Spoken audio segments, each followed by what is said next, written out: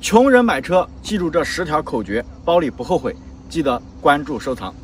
第一，大买黑，小买白，不大不小买银灰。第二，能买全款过户车，不买有风险的抵押车。第三，能买油车，咱别买电车。第四，能买自然吸气的，咱不买涡轮增压。第五，能买4缸机，打死别买3缸机。第六，能买自动挡，别买手动挡。第七，变速箱啊，能买 AT 的，咱不买 CVT 的。第八，能买低配，不买高配。第九，能买无天窗的，也不要去买那些全景大天窗的。第10，能买进口车，不买合资车。